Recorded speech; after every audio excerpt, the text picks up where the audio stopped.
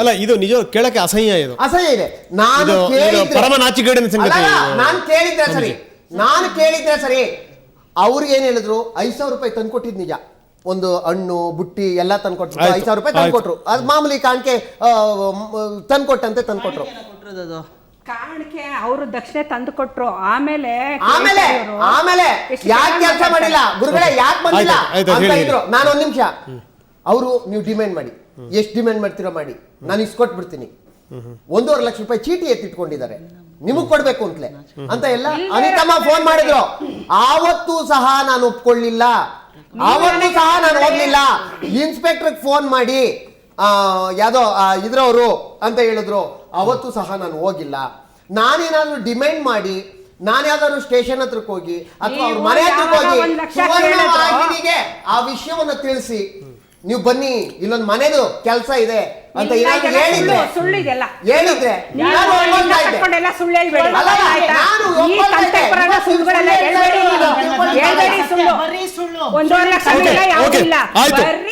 ಆಯ್ತು ಆಯ್ತು. ಈಗ ಇನ್ನಷ್ಟು ನೀವು ಬಂದಿದ್ದು ಮೂರ್ತಿ ಜೊತೆನಲ್ಲಿ. ಓಕೆ, ಮೂರ್ತಿ ಜೊತೆನೂ ಬಂದಿದೆ, ಪಾಟೀಲ್ ಜೊತೆನೂ ಬಂದಿದೆ.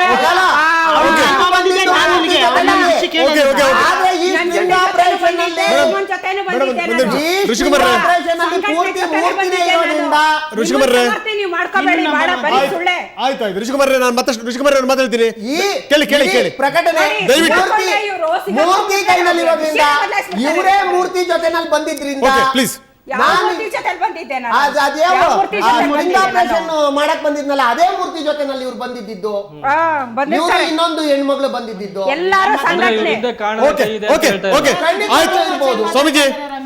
ಜಾಸ್ತಿ ಆಯ್ತಿದ್ದು ನೀವು ಮಾತಾಡ್ತಾ ಇರೋದು. ಮೂರ್ತಿ ಜೊತೆ ಬಂದಿದೆ ಅಂದ್ರೆ ಅರ್ಥ ಏನು? ಸಂಘಟನೆ ಮೂರ್ತಿದು ಅರ್ಥ ಆಯ್ತಾ? ವೀಣಾ ಕರ್ದಿದ್ದಕ್ಕೆ ನಾನು ಬಂದಿದ್ದು ಆಯ್ತಾ? ನಾನು ಬಂದಿದ್ದು ಕನ್ನಡ ಪರ ಸಂಘಟನೆಗಳ ಜೊತೆಗೆ. ನೀವು ಹೇಳ್ತಿದ್ದೀರಾ, ನಾವು ತಿನ್ನಕ್ಕಾಗತ್ತಾ ಅದನ್ನ? ಅಲ್ಲ, ನೀವು ಬಂದಿದ್ದೆ ಅವ್ರ ಜೊತೆನಲ್ಲ, ಅದರಿಂದ ಇದಕ್ಕೆ ಮುಂಚೆ ಸ್ಟಿಂಗ್ ಆಪರೇಷನ್ ಮುಂಚೆ ನೀವು ಮೂರ್ತಿಗೂ ನಿತ್ಯಾನಂದ್ರಿಗೂ ಏನ್ ಸಂಬಂಧ? ನಿಮ್ಗೂ ನಿತ್ಯಾನಂದ್ರ ಏನ್ ಸಂಬಂಧ? ನಾನೇನಾದ್ರೂ ನಿತ್ಯಾನಂದ ಹತ್ರ ಹೋಗಿದ್ರೆ ಮೂರ್ತಿ ಹೋಗಿದ್ದೆ ಅಂದ್ರೆ ಆದಿ ನಮ್ಗೆ ನಾವ ಹೋಗಿದ್ವಿ, ಮೂರ್ತಿಗೆ ಗೊತ್ತು ಏನು ಅಂತ. ನಾನು ಹೋಗಿರ್ಲಿಲ್ಲಪ್ಪ, ನಾನು ಪಾಟೀಲ್ರು ಹೋಗಿದ್ದು. ಮೂರ್ತಿ ಅಲ್ಲ. ಒಂದ್ ನಿಮಿಷ, ನಿಮ್ಮನ್ನ ಕರ್ದಿದ್ರ ಆದಿನಮ್ಮ ಅವರು? ನಿಮ್ಮನ್ನ ಫೋನ್ ಮಾಡಿ ಕರ್ದಿದ್ರ ಬನ್ನಿ ಅಂತ? ಫೋನ್ ಮಾಡಿ ಕೊಟ್ಟವ್ರು ಇದಾರಲ್ಲ, ನಿಮ್ಮನ್ನ ಕರ್ದಿದ್ರಾ? ಖಂಡಿತ ಅವ್ರ ಜೊತೆ ಮಾತಾಡಿದ್ದೀನಿ. ಇದಕ್ಕೆ ಆನ್ಸರ್ ಹೇಳಿ ನಿಮ್ಗೆ. ಅದಿನಂ ಪೀಠದ ಶ್ರೀಗಳು ನನ್ನ ಜೊತೆ ಮಾತಾಡಿದ್ದು, ಸ್ವಾಮೀಜಿ ಜೊತೆ ಕೇಳಿ. ನಾನು ಫೋನಲ್ಲಿ ಇವ್ರ ಜೊತೆ ಇದ್ದಾಗ ಅವ್ರು ನಂಗೆ ಫೋನ್ ಮಾಡಿದ್ರು, ಪಾಟೀಲ್ ನಿಮ್ಮ ಜೊತೆ ಮಾತಾಡಬೇಕು, ದಯವಿಟ್ಟು ಬನ್ನಿ ಅಂತ ನನಗೆ ಹೇಳೋದಂತೂ ನಿಜ ಅವರು. ಅವಾಗ ನಾನು ಅವ್ರಿಗೆ ಏನು ಹೇಳಿದೆ, ಏನು ವಿಚಾರ ಮಾತಾಡಬೇಕು ಅಂತಂದರೆ, ಇಲ್ಲ ಮಠದ ಕೆಲವೊಂದು ಒಳಗಿನ ವಿಚಾರಗಳು ನಿಮ್ಮ ಜೊತೆ ನಾನು ಚರ್ಚೆ ಮಾಡಬೇಕು ಬರ್ರಿ ಅಂತಂದ್ರೆ, ಇವ್ರ ಪಕ್ಕದಲ್ಲಿದ್ದರೆ ಯಾರು ಅಂತ ಕೇಳಿದ್ರು. ಇಲ್ಲ ಅದಿನಂ ಪೀಠದಿಂದ ಶ್ರೀಗಳು ಮಾಡಿದ್ದಾರೆ, ಹಾಗಾದ್ರೆ ನಾನು ಕೂಡ ಮಾತಾಡ್ತೀನಿ ಅಂದ್ರೆ ಮೊಬೈಲ್ನ ಅವ್ರಿಗೆ ಕೊಟ್ಟು ಮಾತಾಡ್ಸೋದು ನಿಜ. ಆದರೆ ಆ ನಂತರ ನಾವು ಇದಕ್ಕೆ ಹೋದಾಗ ಅದಿನಂ ಪೀಠಕ್ಕೆ ಹೋದೆವಲ್ಲ, ಹೋದಂಥ ಸಂದರ್ಭದಲ್ಲಿ ಸತತ ನನ್ನ ಜೊತೆ ಸಂಪರ್ಕದಲ್ಲಿ ಅದಿನಂ ಶ್ರೀಗಳು ಇದ್ರು. ಶ್ರೀಗಳಿಗೆ ಪಾಪ ತಮಿಳು ಲ್ಯಾಂಗ್ವೇಜ್ ಅವ್ರಿಗೆ ಅರ್ಥ ಆಗ್ತಿತ್ತೋ ಇಲ್ಲೋ ಗೊತ್ತಿಲ್ಲ, ಅವ್ರಿಗೆ ಟಚ್ ಇರಲಿಲ್ಲ. ಕೊಟ್ಟದ್ದು ಅವತ್ತು ನನ್ನ ಜೊತೆ ಮಾತಾಡದೆ, ನನ್ನ ಜೊತೆ ಅವ್ರ ಸತತ ಸಂಪರ್ಕ. ನಿಮ್ಮನ್ನ ಕರೆಯೋ ಇಂಟೆನ್ಷನ್ ಇತ್ತು, ಇವ್ರ ಕರೆಯೋ ಆ ಇಂಟೆನ್ಷನ್ ಇಲ್ಲ, ಇವ್ರು ನಿಮ್ಮಿಂದ ಬಂದಿರೋದು ಅಷ್ಟೇ. ಅವ್ರನ್ನೇ ಕರ್ಕೊಂಡೋದ್ರಿ ನೀವು? ಅಲ್ಲ, ನಮಗೆ ಏನಾಗಿತ್ತು ಸರ್, ನಿತ್ಯಾನಂದನ ವಿಚಾರದಲ್ಲಿ ಹೋರಾಟ ಮಾಡಬೇಕಾದ್ರೆ ಪ್ರಬಲವಾಗಿ ಎಲ್ಲ ಕಡೆ ಬಲಿಷ್ಠವಾಗಿ ವಿರೋಧ ಮಾಡಿದ್ರು. ಒಬ್ಬ ಸ್ವಾಮೀಜಿಯನ್ನ ಕೌಂಟರ್ ಆಗಿ ಮಾತಾಡ್ತಾ ಇದ್ದಾರೆ. ಇವ್ರು ಏನ್ರ ಅಲ್ಲಿ ಬಂದ್ರೆ ನಮಗೂ ಹೋರಾಟಕ್ಕೆ ಒಂಚೂರು ಬಲ ಸಿಗ್ಬೋದು ಅನ್ನೋ ಒಂದು ಕಾರಣಕ್ಕೆ ಇವರನ್ನ ಜೊತೆ ಕರ್ಕೊಂಡು ಹೋಗಿದ್ದೀವಿ. ಸ್ಟಿಂಗ್ ಆಪರೇಷನ್ ಮಾಡಿದಂಥವ್ರಲ್ಲಿ ಮೂರ್ತಿ ಕೂಡ ಒಬ್ಬರು. ಮೂರ್ತಿ ಸ್ವಾಮೀಜಿಗೆ ಭಾಳ ಹತ್ತಿರದಲ್ಲಿದ್ದಂಥವ್ರು, ಭಾಳ ಖಾಸ ಭಕ್ತರಾಗಿದ್ದಂಥವ್ರು. ಆದರೆ ಯಾಕೆ ಹಿಂಗಾಯಿತು? ಸ್ವತಃ ಮೂರ್ತಿನೇ ಕಾರಣ. ಮೂರ್ತಿ, ಬಹುಶಃ ನಾನು ಧ್ವನಿ ಕೇಳ್ತಾ ಇದೆ ಅಂತ ನಾನು ಭಾವಿಸ್ತೀನಿ. ಏನು ನಿಮ್ಮ ಮತ್ತು ಸ್ವಾಮೀಜಿ ನಡುವೆ ಏನಾಯಿತು? ಯಾಕೆ ಈ ಸ್ಟಿಂಗ್ ಆಪರೇಷನ್ ಮಾಡೋಷ್ಟು ಮಟ್ಟಿಗೆ ಹೋಗಿದ್ದು ಯಾಕೆ ನೀವು? ಸರ್ ಈಗ ಹಲೋ ಮೂರ್ತಿ, ಹೇಳಿ ಸರ್. ಇವ್ರಿಗೆ ನನ್ನ ಭಕ್ತ ಅಲ್ಲ. ತಮ್ಮ ಚಾನಲ್ ಅಲ್ಲಿ ನಾನು ನಿತ್ಯಾನಂದನ ವಿರುದ್ಧ ಪ್ರತಿಭಟನೆ ಮಾಡಿದಾಗ ತಮ್ಮ ಚಾನಲ್ ಅಲ್ಲಿ ನನಗೆ ಇವ್ರ ಪರಿಚಯ ಆಗಿತ್ತು. ಬಂದ 4 ತಿಂಗಳು ಅಥವಾ 3 ತಿಂಗಳು ಆಗಿರ್ಬಹುದು.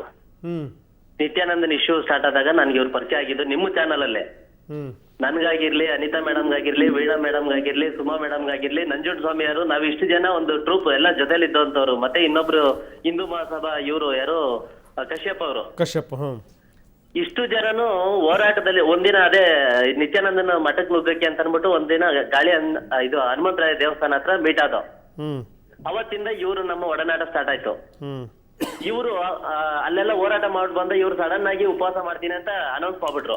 ಹ್ಮ್ ಸರಿ ಉಪವಾಸ ಮಾಡ್ತೀನಿ ಅಂತ ನಮ್ಮನ್ನ ಯಾರು ಕೇಳದೆ ಅನೌನ್ಸ್ ಮಾಡ್ಬಿಟ್ರಲ್ಲ ಅಂತ ನಾವು ಹೋಗಿರ್ಲಿಲ್ಲ 2 ದಿನ. ಆಮೇಲೆ ನಾನು ಸತ್ತೋದ್ಮೇಲೆ ಬರ್ತೀರಾ, ನಾನು ಬರಲ್ವಾ ನೀವು ಅಂತ ಎಲ್ಲ ಹೇಳಿದ್ರು ಇವರು. ಹ್ಮ್ ಆಮೇಲೆ ನಮ್ಗೆ ತುಂಬಾ ಒಂಥರ ಕರುಳು ತುಂಬಾ ಸಂಕಟ ಆಯ್ತು. ಈ ತರ ಒಬ್ಬ ಸ್ವಾಮೀಜಿ ಕರೆದ್ಬಿಟ್ರಲ್ಲ ಹತ್ಕೊಂಡು ಅಂತ ನಾವು ಹೋದಾಗ ಅಲ್ಲಿ ಊಟ ಮಾಡ್ತಾ ಇದಾರೆ. ಇವ್ರು ಯಾವ ಉಪವಾಸ ಮಾಡ್ತಿದಾರೆ ಅಂತ ನಮ್ಗೆ ಡೌಟ್ ಬಂತು. ಎಲ್ಲಾರು ಮಾತಾಡ್ಕೊಂಡು ಸ್ವಾಮೀಜಿ ಬಗ್ಗೆ ಇರೋ ನಂಬಿಕೆ ಅವತ್ತು ನಮ್ಗೆ ಹೊರಟಾಯ್ತು ನಮ್ಗೆ. ಆಮೇಲೆ ಇವರು ನಮ್ಗೆ ಪ್ರೇರೇಪಣೆ ಕೊಡೋದು. ನಾವೊಂದ್ 100 ಜನ 200 ಜನ ಕಾರ್ಯಕರ್ತನ ಕರ್ಕೊಂಡೋದಾಗ ಬಸ್ ಕಲ್ಲೋಡಿರಿ, ವಿಷ ಕುಡಿರಿ, ಈ ತರ ಎಲ್ಲ ಹೇಳೋರು. ಇವಾಗ ಲೀಲಾವತಿ ಮೇಡಮ್ ನಮ್ ಜೊತೆ ಇದಾರೆ, ಬರ್ತಾರೆ ಈಗ, ಕರ್ಕೊಂಡ್ ಬರ್ತೀನಿ ನಾನು 4 ಗಂಟೆಗೆ. ವಿಷ ಕುಡಿರಿ ಅಂತ ಹೇಳಿದ್ರು. ಆ ಅಮ್ಮ ಮನೆ ಹಾಳು ಮಾಡ್ಬಿಟ್ರಿ ಇವ್ರು.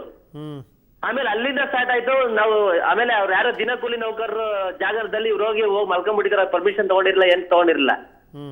ಇವ್ರು ಏನಾರು ಹೋಗಿಲ್ಲ ಅಂದ್ರೆ ಅವರೇ ತೆಗ್ದು ಇವ್ರನ್ನ ರೋಡ್ ಮಲಗಿಸ್ಬಿಟ್ರು ಅವತ್ತು. ನಾವು ಏನ್ ಮಾಡೋದು ಸ್ವಾಮೀಜಿ ಅಂದಾಗ ನಾನು ಫುಲ್ ಸುಸ್ತಾಗ್ಬಿಟ್ಟಿದೀನಿ ಅಂತ ಇದ್ ಮಾಡು, ಮಾತಾಸ್ ಹಾಸ್ಪಿಟ್ಲ್ ಶಿಫ್ಟ್ ಮಾಡ್ಬಿಡು ಅಂದ್ರು. ಆಂಬುಲೆನ್ಸ್ ಕರ್ಸಿ ಅದೇ ತರ ಮಾಡ್ದೆ. ಇವ್ರು ಏನ್ ಹೇಳಿದ್ರು ಹಂಗೆ. ಅವಾಗ ಸುವರ್ಣ ಚಾನಲ್ 2 ದಿನ ಪ್ಯಾಕೇಜ್ ಇತ್ತು. ಮೇಡಮ್ ಹೊರಟೋದ್ರು. ಅಲ್ಲಿ ಯಾರು ಇವ್ರು ಇದ್ರು, ಮೇಡಮ್ ಹೊರಟೋದ್ರು. ನೋಡಿ ನನ್ನ ಕೈ ಬಿಟ್ಬಿಟ್ರು ಅರ್ಧದಲ್ಲೇ ಅಂತ ಅನ್ಬಿಟ್ಟು, ಅರ್ಧದೆಲ್ಲ ಕೈ ಬಿಟ್ಬಿಟ್ರು ಅಂತ ಅನ್ಬಿಟ್ಟು ನನಗೆ ಸುಮಾ ಮೇಡಮ್, ಅನಿತಾ ಮೇಡಮ್, ನಂಜುಂಡ್ ಸ್ವಾಮಿ ಸರ್, ಕಶ್ಯಪ್ ಸರ್ ಎಲ್ಲ ಇದ್ದೀವಿ. ಇವರು ನಮ್ಮನ್ನ ಸುವರ್ಣ ಚಾನಲ್ ಅವ್ರು ನಂಬ್ಕೊಟ್ರೆ ನಮ್ಮನ್ನ ಕೈ ಬಿಟ್ಬಿಡ್ತಾರೆ, ಹೋಗಿ ಮಾತಾಡು ಅಂತ ಅನ್ಬಿಟ್ಟು ಪ್ರಾಣಾನಂದ್ ನಂಬರ್ ಕೊಟ್ರು. ಪ್ರಾಣಾನಂದನ ಹತ್ರ ಇವ್ರ ಮುಂದೆನೆ ನಾನು ಮಾತಾಡ್ದೆ. ಅವ್ರು ಇಲ್ಲಿ ದಯಮಾಡಿ ನೀವು ಇವ್ ನಿಲ್ಸಿ ಅಂತ ಅನ್ಬಿಟ್ಟು ಹೇಳಿದ್ರು. ಫಸ್ಟ್ ನಿಲ್ಸಿ ಆಮೇಲೆ ಮಾತಾಡೋಣ ಅಂತ ಹೇಳಿದ್ರು.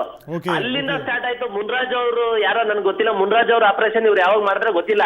ಓಕೆ ನರಸಿಂಹಮೂರ್ತಿ, ನೀವು ಹಂಗೆ ಸಂಪರ್ಕದಲ್ಲಿರಿ.